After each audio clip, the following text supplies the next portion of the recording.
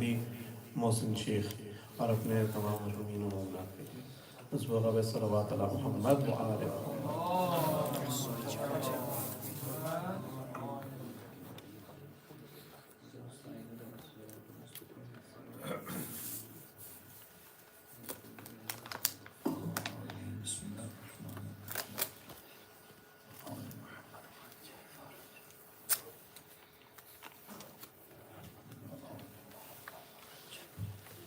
درود بھیجیے گا محمد و آل محمد. مومنین و مومنات، ایک مرتبہ سورہ مبارک فاتحہ، 3 مرتبہ سورہ مبارک اخلاص کی تلاوت فرما کر آج کی مجلس کے اسپانسرز کے تمام مرحومین اور مرحومات ان کو یاد کرتے ہوئے، شہداء ملت جعفریہ کو یاد کرتے ہوئے اور تمام اپنے مرحومین کو شامل کرتے ہوئے رحم اللہ من کر الفاتحہ. بسم اللہ الرحمن الرحیم. الحمدللہ رب العالمین الرحمن الرحیم مالک یوم الدین. ایاک نعبد و ایاک نستعین. اہدنا الصراط المستقیم صراط الذین انعمت علیہم غیر المغضوب علیہم ولا الضالین. بسم اللہ الرحمن الرحیم. قل هو اللہ احد اللہ الصمد لم یلد ولم یولد ولم یکن له کفوا احد. بسم اللہ الرحمن الرحیم. قل هو اللہ احد اللہ الصمد لم یلد ولم یولد ولم یکن له کفوا احد. بسم اللہ الرحمن الرحیم. قل هو اللہ احد اللہ الصمد لم یلد ولم یولد ولم یکن له کفوا احد. اللہم صلی علی محمد و آل محمد. اللہم اغفر للمؤمنین والمؤمنات والمسلمین والمسلمات الاحیاء منهم والاموات تابع لهم بیننا وبینهم بالخیرات انک مجیب الدعوات انک علی کل شیء قدیر. ماشاءاللہ ماشاءاللہ لا حول ولا قوة الا باللہ العلی العظیم. رب اشرح لی صدری ویسر لی امری واحلل عقدۃ من لسانی یفقہوا قولی. اعوذ باللہ من الشیطان اللعین الرجیم. بسم اللہ الرحمن الرحیم. الحمدللہ رب العالمین. الحمدللہ کما ہوا اہلہ. الصلاۃ والسلام علی سیدنا و نبینا طبیب قلوبنا و شفیع ذنوبنا سیدنا و سید الثقلین جد الحسن والحسین بالقاسم محمد.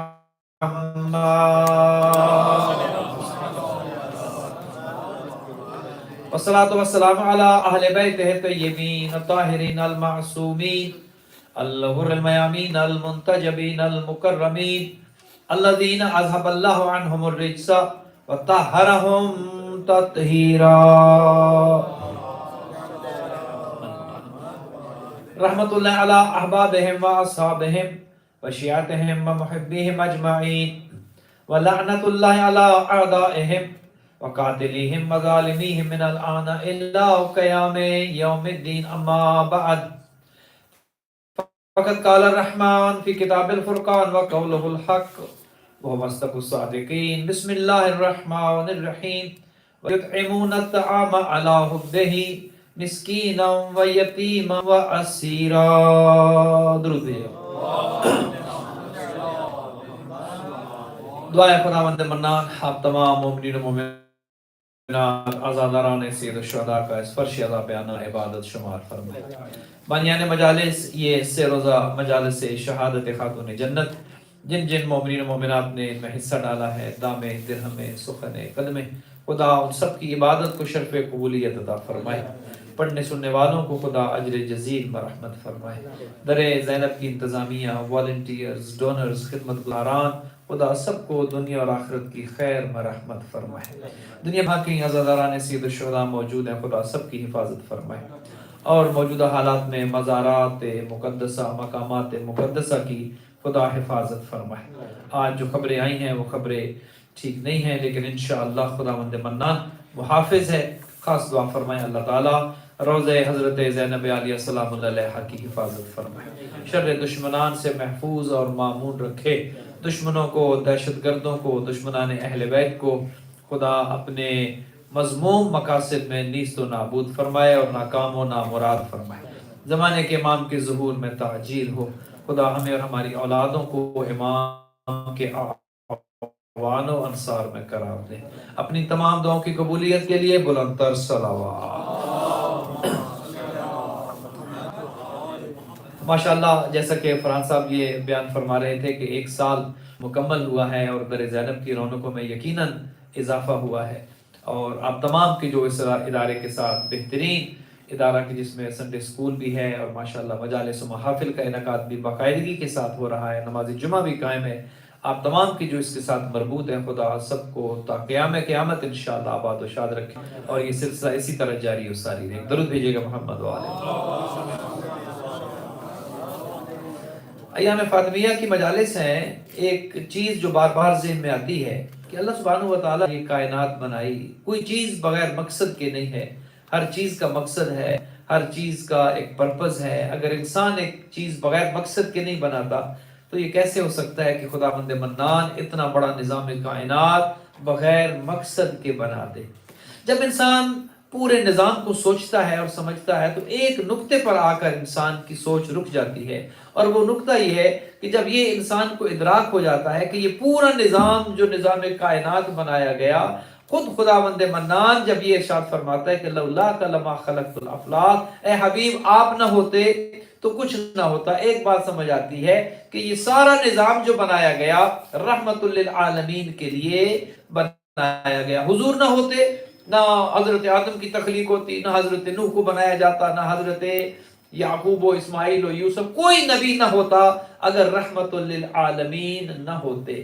گویا ایک بات سمجھ آئی کہ یہ پوری کائنات کا نظام جو سجایا گیا ہے یہ رحمت للعالمین کے لیے سجایا گیا ہے۔ لیکن پھر خدا ارشاد فرماتا ہے کہ اے میرے حبیب لولا علی لما خلقتو، علی کو نہ بنانا ہوتا تو آپ کو بھی نہ بناتا، اور پھر ارشاد فرماتا ہے لولا فاطمہ لما خلقتکما، اے حبیب اگر نور فاطمہ کو نہ بنانا ہوتا نہ علی کو بناتا نہ محمد مصطفیٰ کو بناتا۔ گویا ایک بات سمجھ آگی کہ یہ پورا نظام جو بنا ہے یہ بنا ہے خاتون جنت کے لیے۔ حضور سے کہا آپ کے لیے بنایا، پھر کہ علی نہ ہوتے آپ کو بھی نہ بناتا، فاطمہ نہ ہوتی نہ علی کو بناتا نہ آپ کو بناتا، کیونکہ اگر بیوی کو نہ بنانا ہوتا، اور بیوی کو اس لیے بنایا ہے کیونکہ اللہ نے اپنا کام بھی بچانا تھا، اپنا نام بھی بچانا تھا، اپنا نظام بھی بچانا تھا۔ دیکھیں یہ 3 چیزیں اللہ نے بچانی تھی، لا الہ الا اللہ بھی بچانا تھا، نظام کائنات بھی بچانا تھا، اپنا مشن اپنا دین بھی بچانا تھا۔ تو ضروری تھا اس دین کو بچانے کے لیے کوئی تو ہو کہ جب تک دین باقی ہو بچانے والے باقی ہوں، کوئی تو ہو۔ ہمیں اعتراض نہیں ہے، صحابہ کرام کا مقام اپنی جگہ پر، لیکن صحابہ کرام دنیا سے جا چکے، کوئی صحابی اس وقت دنیا میں موجود نہیں، ہر ایک کا اپنا عقیدہ ہے، اپنا ایمان ہے، ہمیں کسی پر کوئی جو ہے وہ گلہ شکوہ نہیں ہے، لیکن صحابہ کرام اپنے اپنے زمانے میں خدمتیں سر انجام دے کر چلے گئے۔ آج کے زمانے میں دین تو باقی ہے، قرآن تو باقی ہے، نظام تو باقی ہے، خدا تو باقی ہے، تو کوئی تو ایسا ہونا چاہیے نا کہ جب تک قیامت نہیں آتی، جب تک یہ نظام باقی ہے، کائنات باقی ہے، سورج طلوع ہوتا رہے گا، دن اور رات آتے اور جاتے رہیں گے، جب تک یہ نظام چلتا رہے گا، کوئی تو ہو کہ جو نظام کے دفاع اور تحفظ کی ضمانت دینے کے لیے موجود ہو کہ جب تک ہم ہیں نہ لا الہ الا اللہ پر حرف آنے دیں گے، نہ محمد الرسول اللہ پہ کوئی آنچ آنے دیں گے، نہ علی ولی اللہ کو کوئی دین میں سے نکال سکے گا۔ تو اللہ نے چونکہ ایک نظام بنانا تھا، ضروری تھا اس نظام کو بچانے کے لیے کوئی ہو، تو اللہ نے نور خاتون جنت کو خلق کیا۔ جب تک فاطمہ الزہرا موجود تھی ان کی نسل اللہ نے ایسی چلائی کہ قیامت تک کے لیے اب سادات فاطمیہ، سادات نسل خاتون جنت چلتی رہے گی۔ کوئی آج بھی ہے جو پردے غیب میں بیٹھا ہے اور ضمانت دے رہا ہے کہ لاکھ دشمن کوشش کرتا رہے، مٹانے والے مٹ جائیں گے، نہ لا الہ الا اللہ مٹے گا، نہ محمد الرسول اللہ مٹے گا، نہ علی ولی اللہ مٹے گا۔ محمد والا یہ خاتون جنت نے ضمانت دی ہے، بی بی کی نسل میں ہے امام زمانہ، بی بی کی نسل میں ہے وہ قائم، اور ہمارا تو یہ ایمان ہے کہ قیامت تب تک آ ہی نہیں سکتی جب تک امامت پہلے نہ آئے۔ اصول دین میں امامت پہلے ہے، قیامت بعد میں ہے، لہذا ہمیں تو ڈر ہے ہی نہیں، چونکہ قیامت سے پہلے، روز جزا سے پہلے امام آئیں گے اور عدل و انصاف کو یہیں پر قائم کریں گے۔ دشمن کو کھلی چھٹی ہے، کر لے وہ جتنا کرنا ہے، جتنی دہشت گردی کرنا چاہتے ہیں کر لے، جتنی بد امنی پھیلانا چاہتے ہیں پھیلا لے، لیکن جب وارث خون حسین کا ظہور ہوگا، قیامت سے پہلے جب امامت آئے گی، یہ دنیا کی خبریں ہیں، یہ شہر فتح ہو گیا، وہ ملک فتح ہو گیا، فلاں نے فلاں کو فتح کر لیا، میں کہتا ہوں تم لاکھ ناکام کوششیں کرتے رہو، علی کی بیٹی نے 1400 سال پہلے شام فتح کر لیا تھا۔ اب کسی میں سکت نہیں ہے، کسی میں جرأت نہیں ہے، کسی میں مجال نہیں ہے کہ اب علی وہ فاتح شام بی بی علی کی بیٹی نے جس کو فتح کیا ہو اب کوئی دوبارہ اس پہ قبضہ کر لے۔ یہ ناکام کوششیں ہیں، یہ ہوتی رہیں گی، ان سے ہمیں کوئی ڈر اور خطرہ نہیں ہے، لیکن ایک چیز واضح ہے کہ چیزیں جو ہے وہ نکھر کر سامنے بھی آ رہی ہیں، حالات سامنے آ رہے ہیں، حالات بنتے نظر آ رہے ہیں، اسلام اور کفر علیحدہ علیحدہ ہوتا نظر آ رہا ہے، مسلمانوں کے لباس میں چھپے ہوئے غیر مسلم آج سامنے آ رہے ہیں، جو اپنے آپ کو بڑا مسلمان ہونے کا دعویٰ کرتے ہیں اور بڑے اپنے آپ کو مسلمان کہلواتے ہیں، لیکن دیکھیں تاریخ خود بعض چیزوں کو دہراتی ہے، بعض وہ نفاق بھرے چہرے، وہ منافقت بھرے چہرے جو مسلمانوں کی صفوں میں چھپے بیٹھے تھے، الحمدللہ آج وقت انہیں خود سے ظاہر کر رہا ہے، وہ مسلمان کی صفوں میں چھپے ہوئے کفار و مشرکین اور منافقین آج خود سے ظاہر ہو رہے ہیں۔ تو اللہ نے یہ نظام بنایا اپنے حبیب کے لیے، پھر بنایا علی بن ابی طالب کو، پھر خاتون جنت کو خلق کیا، اور یہ پوری کائنات اگر یہ کہا جائے، بلکہ حدیث کے سامنے آپ پڑھتے ہیں کہ خدا بند منان نے اپنے فرشتوں کو خطاب کیا، ملائکہ کو خطاب کیا، یا ملائکتی و یا سکان السماواتی انی ما خلقت السماء مبنیتا ولا ارض مدحیتا ولا قمرا منیرا ولا شمس مضیئتا ولا فلک یدور ولا بحر یجری ولا فلک یسری الا فی محبت ہؤلاء الخمسۃ الذین هم تحت الکساء۔ یہ جو 5 تن پاک ہے نا، ان کی محبت میں ہے جو کچھ ہے، آسمان کا شامیانہ قائم ہے ان کی محبت میں، زمین کا فرش قائم ہے ان کی محبت میں، سورج طلوع ہوتا ہے ان کی محبت میں، چاند طلوع ہوتا ہے، ستارے چمکتے، جو کچھ موجود ہے وہ ان کی محبت میں ہے۔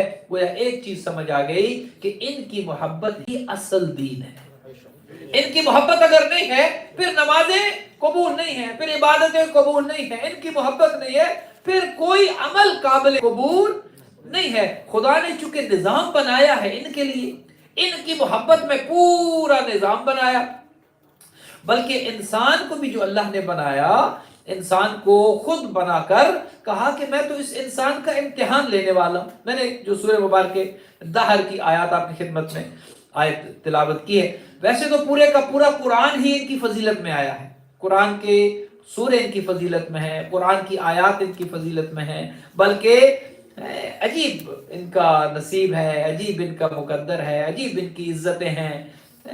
دیگر وہ ہیں، دیگر مسلمان، دیگر اصحاب، دیگر ہستیاں کہ وہ قرآن کی آیات کی انتظار میں تھیں کہ آیت آئے پتہ چلے عمل کیسے کرنا ہے، لیکن جب اہل بیت کی بات آئی خدا نے ان کے عمل کو قرآن بنا دیا۔ یہ بستر پر سو گئے تو آیت آ گئی، انہوں نے انگوٹھی زکوٰۃ میں دے دی تو آیت آ گئی، انہوں نے روٹی خیرات میں دے دی تو آیت آ گئی۔ یہ وہ ہیں وَيُطْعِمُونَ الطَّعَامَ عَلَىٰ حُبِّهِ مِسْكِينًا وَيَتِيمًا وَأَسِيرًا۔ لیکن سورہ مبارکہ دہر کا جب آغاز ہوتا ہے، ارشاد بسم اللہ الرحمن الرحیم، هل اتى على الانسان حين من الدهر لم يكن شيئا مذکورا، یعنی ایک وقت وہ تھا کہ انسان کوئی قابل ذکر چیز نہیں تھا، بلکہ یہ دہر جو ہے نا، یہ زمانہ جو ہے یہ بھی نہیں تھا، تب بھی آل محمد تھے۔ زمانے سے پہلے، دہر سے پہلے ابھی وقت نہیں تھا، یہ موجود تھے، کچھ نہیں تھا تب یہ موجود تھے، چونکہ خود خدا ارشاد فرماتا ہے کنت کنزا مخفیا فاحببت ان اعرف، میں تو ایک چھپا ہوا خزانہ تھا، مجھے کوئی نہیں جانتا تھا، میں نے انہیں خلق کیا تاکہ یہ میری پہچان کروائیں۔ وہ خدا جو کسی وسیلے کا محتاج نہیں، وہ چاہتا بغیر وسیلے کے بھی اپنی پہچان، اپنا تعارف کروا سکتا تھا، لیکن اللہ نے اپنی پہچان کروانے کے لیے کتنے خوبصورت وسیلے کو اپنی پہچان کروانے کے لیے منتخب کیا۔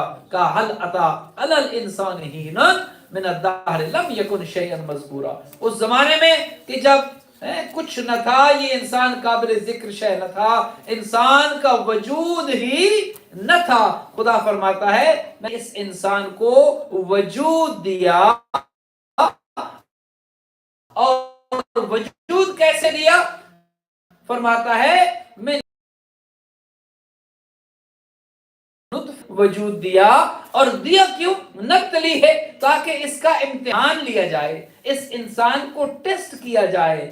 فَجَعَلْنَاهُ سَمِيعًا بَصِيرًا، اور اس لیے اس کا امتحان لیا جائے تاکہ پتہ چلے یہ کہاں کھڑا ہے، اور امتحان دینے کے لیے فرماتا ہے کہ اس کو سمیع بھی بنایا، اس کو بصیر بھی بنایا، اس کو سننے والا بھی بنایا، اس کو دیکھنے والا بھی بنایا۔ اب بعض اوقات بعض چیزوں پہ جب انسان غور کرتا ہے، دقت کرتا ہے، تو سمجھ آتی ہے۔ ارشاد ہوا ہم نے اس انسان کو مخلوق کیوں کیا؟ من نطفۃ امشاج، مخلوق نطفے سے خلق کیا۔ خلق کیوں کیا؟ نبتلی ہے، ہم اس کو آزمائیں، ہم اس کی آزمائش کریں، ہم اس انسان کا امتحان لیں، اور اس امتحان کے لینے کے لیے فَجَعَلْنَاهُ سَمِيعًا بَصِيرًا، ہم نے اسے دیکھنے والا بھی بنایا، ہم نے اسے سننے والا بھی بنایا۔ اب جب یہ پتہ چل گیا کہ سننے کی طاقت دی تاکہ امتحان لیا جائے، دیکھنے کی طاقت دی تاکہ امتحان لیا جائے، اب ایک میدان ایسا نظر آتا ہے، پیغمبر نے ایک اعلان کیا تاکہ سن لیا جائے، ایک منظر دکھایا تاکہ دیکھ لیا جائے، تاکہ وہ امتحان لے لیا جائے، سننے کا امتحان بھی، دیکھنے کا امتحان بھی۔ تو غدیر میں وہ دونوں امتحان سامنے نظر آتے ہیں، جب پیغمبر نے کہا من کنت مولا ہو فہذا علی مولا، تاکہ سننے کا امتحان بھی پتہ چل جائے، سن تو لیا ہے، پھر ہاتھ بلند کر کے علی کو دکھ دیا، تاکہ کل کوئی یہ نہ کہے ہم نے تو سنا نہیں تھا، ہم تو بہرے تھے۔ فرماتا ہے اگر بہرے تھے، علی کا اٹھا ہوا ہاتھ تو نظر آ گیا۔ فرماتا ہے کہ اس لیے انسان کو نطفہ امشاج سے خلق کیا تاکہ اس کا امتحان لیا جائے، دیکھنے کا بھی امتحان، سننے کا بھی امتحان۔ پھر فرماتا ہے انا ہدیناہ السبیل اما شاکرا و اما کفورا، دیکھو ہم نے راستہ تو دکھا دیا ہے، انا ہدیناہ السبیل، ہم نے راستے کی ہدایت کر دی ہے، اما شاکرا و اما کفورا، اب شکر گزار بنو تو تم پر ہے، کفران نعمت کرو تو تم، ہمارا کام تھا راستہ دکھانا، راستے پر چلانا ہمارا کام نہیں ہے، زبردستی راستے پر لے کر آنا کام ہمارا نہیں ہے۔ مثال کے طور پر آپ کا کام تھا امام بارگاہ کو بنا لینا، امام بارگاہ کا دروازہ کھول دینا، امام بارگاہ کے پروگرام کو اناؤنس کر دینا، اب زبردستی کسی کو لانا آپ کی ذمہ داری نہیں ہے، آپ نے جو کرنا تھا کر دیا۔ خدا فرماتا ہے انا ہدیناہ السبیل، کر دی ہے ہم نے، سورہ مائدہ انا ہدیناہ السبیل، راستے کی، سبیل کی ہدایت کر دی ہے، اما شاکر و اما کفورا، شکر گزار بنو تم پر ہے، کفران نعمت کرو تم پر ہے۔ اچھا، سبیل کا مطلب بھی راستہ ہے، صراط کا مطلب بھی راستہ ہے۔ یہاں فرمایا سورہ مبارک دہر میں انا ہدیناہ السبیل، ہم نے سبیل کی ہدایت کی۔ سورہ مبارک فاتحہ میں فرماتا ہے کہ تم مجھ سے دعا کرو اہدنا الصراط المستقیم، اے اللہ سیدھے راستے کی ہدایت کر۔ اچھا، بعض اس کا ترجمہ کرتے ہیں کہ اے اللہ سیدھا راستہ دکھا، ہم کہتے ہیں بھی ہم نے تو دیکھ لیا ہے، اہدنا الصراط المستقیم یعنی اے اللہ ہمیں سیدھے راستے پر قائم رکھ، ہمیں سیدھے راستے پر ثابت قدم رکھ۔ تو سبیل بھی راستہ ہے، صراط بھی راستہ ہے، دونوں راستے ہیں۔ تو اسی لیے کہا کہ انا ہدیناہ السبیل، ہم نے اس راستے کی ہدایت کری ہے۔ پھر سورہ فاتحہ میں کہا اہدنا الصراط المستقیم، تم دعا یہ کرو کہ اے اللہ جو سیدھا راستہ تو نے ہمیں دکھا دیا ہے، اس سیدھے راستے پر ہمیں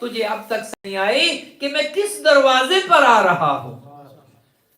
کس دروازے پر آ رہا ہوں؟ میں اگر مسکین بن کر آ رہا ہوں تو میری مسکینی کو نہ دیکھو، یہ دیکھو کس دروازے پر مسکین بن کے آ رہا ہوں، یہ دیکھو کس دروازے پر یتیم بن کے آ رہا ہوں، یہ دیکھو کس دروازے پر اسیر بن کے آ رہا ہوں۔ یہ دروازہ وہ ہے جو جتنا جھکتا ہے اس دروازے پر یہ اتنا اٹھاتے ہیں اس کو، جو اتنا اپنے آپ کو گراتا ہے ان کے دروازے پر یہ اس کو اتنا اٹھاتے ہیں۔ اس دروازے پر اگر کوئی تکبر کر کے آئے یہ اسے منہ نہیں لگاتے۔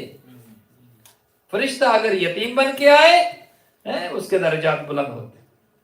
فرشتہ اگر مسکین کہے اپنے آپ کو، دیکھیے دنیا والوں کے دروازے پہ جائیں مانگنے کے لیے تو عزت کم ہوتی ہے، دنیا والوں سے مانگے تو کیا ہوتا ہے؟ عزت کم ہوتی ہے۔ لیکن آل محمد کا دروازہ وہ ہے کہ اگر بڑے مرتبے والا بھی یہاں پر مانگنے آئے تو اس کی بھی عزت گھٹتی نہیں ہے بلکہ اس کی عزت اور مقام میں اضافہ ہو جاتا ہے۔ دیکھیے ایک اور مقام پر رضوان جنت دروازے پر آیا اور آ کر کیا کہتے ہیں؟ انا خیاط الحسنین، میں حسنین کا درزی بن کے آیا ہوں۔ اب آپ یہ دیکھیں فرشتہ ٹیلر ماسٹر بن کے آیا، فرشتہ کہہ رہا ہے میں تو درزی بن کے آیا ہوں۔ اب آپ کیا کہیں گے؟ درزی بننا اور فرشتہ بننا، مقام عزت کس میں زیادہ ہے؟ مقام و مرتبہ کس میں زیادہ ہے؟ انسان یہ سمجھتا ہے کہ فرشتہ اگر درزی بنا ہے تو اس کا مقام کم ہو گیا، لیکن فرشتہ اپنے لیے فخر محسوس کرتا ہے اور اگر کہتے ہیں انا خیاط الحسنین، میں حسنین کا درزی بن کے آیا ہوں۔ اب اگر فرشتے سے پوچھ لیا جائے رضوان جنت ہو، تمہارے ہاتھ میں تو جنت کی چابی ہوتی ہے، تمہاری اجازت سے جنت میں لوگ داخل ہوں گے، تم درزی بن رہے ہو؟ اتنا بڑا مقام، اتنا پروٹوکول، اتنی حیثیت، اتنا مرتبہ، اتنا بڑا ڈیزگنیشن، اتنا اعلیٰ رتبہ، اور تم کہہ رہے ہو کہ میں درزی ہوں؟ عجب نہیں جواب آئے کہ یہ تو دیکھو میں کس کا درزی ہوں، یہ تو دیکھو میری نسبت کس کے ساتھ ہے، میں کس کا درزی بن کے آیا ہوں۔ اور فرشتہ اگر یہ بھی کہہ دے، رضوان جنت اگر یہ کہہ دے کہ اگر پیغمبر اکرم وہ کہ جن کے لیے کائنات بنائی گئی، سید الانبیاء سید المرسلین، اگر وہ حسنین کی سواری بن جائیں ان کا مقام کم نہ ہو بلکہ بڑھ جائے، ان کی عزت و شرف بڑھ جائے، پیغمبر اگر خوش ہو کر کہیں کہ میں حسنین کی سواری ہوں، حسنین کی سواری بننے سے اگر پیغمبر کی عزت کم نہیں ہوتی تو حسنین کا درزی بننے میں فرشتے کی عزت کیسے؟ تو یہ وہ دروازہ وہ ہے کہ فرشتہ آیا، کبھی یتیم بن کے آتا ہے، کبھی مسکین بن کے آتا ہے، اور کبھی اسیر بن کے آتا ہے، اور آ کر اہل بیت سے سوال کرتا ہے اور اہل بیت اسے عطا کرتے ہیں، روٹیاں عطا کرتے ہیں، وہ روٹیاں لے کر فرشتہ چلا جاتا ہے۔ اچھا ایک چیز دیکھیے کہ خدا نے یہ کہا اسی سورہ مبارکہ دہر میں کہ یہ جو روٹیاں آل محمد تم نے ہمیں دی ہے نا، وَجَزَاهُمْ بِمَا صَبَرُوا جَنَّةً وَحَرِيرًا، ان روٹیوں کی جزا یہ ہے کہ ہم نے تمہارے صبر پر، یعنی تم نے صبر کیا، روٹیاں ہمیں دے دی، پانی سے افطار کیا، تمہارے صبر پر تمہارے ان روزوں کی جزا یہ ہے کہ جزا کے طور پر ہم جنت دے رہے ہیں، یعنی اب جنت تمہیں دے دی آل محمد، تمہاری ان روٹیوں کی جزا یہ ہے کہ جنت تمہاری ہوئی۔ اچھا دیکھیے دو چیزیں ہوتی ہیں، ایک ہوتی ہے جزا، ایک ہوتی ہے عطا۔ جنت عطا نہیں ہے، جنت جزا ہے، جنت جزا ہے۔ کیا فرق ہے عطا اور جزا میں؟ کیا فرق ہے؟ جزا وہ ہے مثال کے طور پر آپ کے ہاں کسی نے مزدوری کی، کسی نے کام کیا اور آپ کو ان سے معاہدہ تھا کہ حضور سارا دن آپ نے یہاں پر یہ کام کرنا ہے اور میں آپ کو اتنے پیسے دوں گا، وہ جو کمٹمنٹ آپ کی ہوئی، جو معاہدہ آپ کا ہوا، جو ڈیل آپ کی ہوئی، یہ اس کے کام کی جزا ہے، یہ اس کی اجرت ہے، یہ اس کی پے ہے۔ اچھا کام ختم ہوا، بہت اچھا کام، جو کام آپ نے ان کے ذمہ لگایا، آپ نے دیکھا بڑے خوش ہوئے، آپ نے کہا بہت اچھا کام کیا ہے، آپ نے کہا بھائی حضور آپ کو ہم نے کہا تھا کہ 500 دیں گے، یہ 100 آپ کو فالتو میں دے رہے ہیں اچھا کام کرنے پر، یہ ریوارڈ ہے۔ وہ 500 کیا تھی؟ وہ تھی جزا، چونکہ آپ کی کمٹمنٹ اتنی ہوئی تھی، اوپر کا جو 100 دے رہے ہیں یہ جزا نہیں، یہ عطا ہے۔ اچھا آپ نے 500 جو دیا وہ چلا جائے، اب آپ اس کو یہ نہیں کہہ سکتے کہ کیسے خرچ کرنا، وہ اس کی جیسے مرضی ہے وہ اڑا دے، کسی ایک جگہ پر اڑا دے، حلال میں اڑائے، حرام میں خرچ کرے، جیسے خرچ کرے، یہ اس کے ہیں۔ جو آپ نے اس کی جزا دی ہے، اب چونکہ یہ اس کے ہیں، یہ اس کا حق زامت ہے، یہ اس کی مزدوری ہے، یہ اس کی اجرت ہے، یہ اب اس کے پیسے ہیں، جیسے چاہے خرچ کرے. آپ پابندی نہیں لگا سکتے کہ یہ پے جو میں نے آپ کو دی ہے آپ نے ایسے خرچ کرنا ہے. اب یہ اس کی ملکیت ہو گئی ہے. لیکن اوپر کا جو 100 آپ نے دیا ہے، آپ اس میں یہ کہہ سکتے ہیں کہ ہاں اس کو کسی اچھے کام میں خرچ کرنا، اس گھر والوں بچوں کے لیے کپڑے لے جانا، یہ کر دینا، آپ اس کے لیے کہہ سکتے ہیں. اب یہاں پر ایک جملہ عرض کر دوں. وہ ایک بہت سخی بنتے تھے اپنے تئیں، تو انہوں نے 150 کسی غریب کو دے دیا. ایسے گاڑی رکی ٹریفک لائٹ پہ، تو انہوں نے ایک، آپ کو پتہ ہے ہمارے یہاں پاکستان ہندوستان میں سائل آ جاتا ہے، وہ دروازے وہ ونڈو پر ناک کرتے ہیں. انہوں نے شیشہ نیچے کیا تو کہا بتاؤ کہا میری کچھ مدد کریں. تو انہوں نے اسے ایسے 50 دے کر تو کہتے ہیں کہ دیکھو یہ جو تمہیں دے رہا ہوں نا، اس سے کوئی غلط چیز نہ خریدنا، کوئی نشہ نہ خریدنا، اس سے کھانا کھانا. اب 50 کی کیا بکت ہے آج کل، آپ کو پتہ ہے 50 میں کیا کوئی کھا سکتا ہے. دیکھو کھانا کھانا ہے، اس کو کسی غلط کام پہ خرچ نہیں کرنا ہے. جب بار بار انہوں نے ریپیٹ کیا نا تو کہتے ہیں حضور اگر اجازت دے تو عمرے پہ نہ چلا جاؤ 50 پہ. ٹھیک ہے. تو آپ نے جو جزا دی ہے وہ اس کی ہے، وہ جیسے خرچ کرے، آپ کو اس میں کوئی لینا دینا نہیں ہے. ہاں عطا جو ہے اس پہ آپ سوال کر سکتے ہیں، عطا ہے نعمت، اس پہ آپ سوال کر سکتے ہیں. حضرت سلیمان کو جو حکومت ملی وہ جزا کے طور پر نہیں دی. قرآن کہتے ہیں ہم نے عطا کر دی حکومت سلیمان کو، استعمال کرو جیسے کرنا ہے، بادشاہی کرو جیسے کرنا ہے. لیکن آل محمد کو جو جنت دی وَجَزَاهُمْ بِمَا صَبَرُوا جَنَّةً وَحَرِيرًا. اے آل محمد تم نے جو روزے رکھے ہیں، تم نے جو روٹیاں ہمیں دی ہیں، ان کی جزا یہ ہے جنت تمہاری ہے. اب جنت عطا کے طور پر نہیں ملی، جنت جزا کے طور پر ملی. اب جب جزا کے طور پر ملی تو آل محمد جسے چاہیں جنت آنے دیں، جسے چاہیں جنت سے روک دیں. اب عزاداروں کو اگر ان کے گریے پر وہ جنت جانے دیں تو بھلا کوئی سوال کر سکتا ہے؟ اگر دشمن اہل بیت کو وہ جنت جانے پر روک دیں تو بھلا وہ کہہ سکتا ہے میں نے تو اتنی نمازیں پڑھی تھی؟ نہیں، آل محمد نے جنت لے لی ہے، اور جنت لے لی ہے جزا کے طور پر. کہا آل محمد وَجَزَاهُمْ بِمَا صَبَرُوا جَنَّةً وَحَرِيرًا. دیکھو تم نے روٹیاں ہمیں دی ہیں، ہم اس کے بدلے میں تمہیں جنت دے رہے ہیں. اچھا وہ جو روٹیاں دیں، وہ روٹی مولا علی نے اپنی روٹی دی اپنے حصے کی، خاتون جنت نے اپنے حصے کی روٹی دی، حسنین کریمین نے اپنے اپنے حصے کی روٹیاں دی 4، اور ایک روٹی 5ویں روٹی بی بی فضہ سلام اللہ علیہا نے دی. اب روٹیوں کے بدلے ملی ہے جنت. اب دیکھیے پیغمبر اکرم ہر موقع پہ ساتھ ہیں، پنجتن پاک ہر موقع پہ ساتھ ہیں. چادر کے نیچے آیت تطہیر میں 5 اکٹھے ہیں، آئے مباہلہ میں 5 اکٹھے ہیں.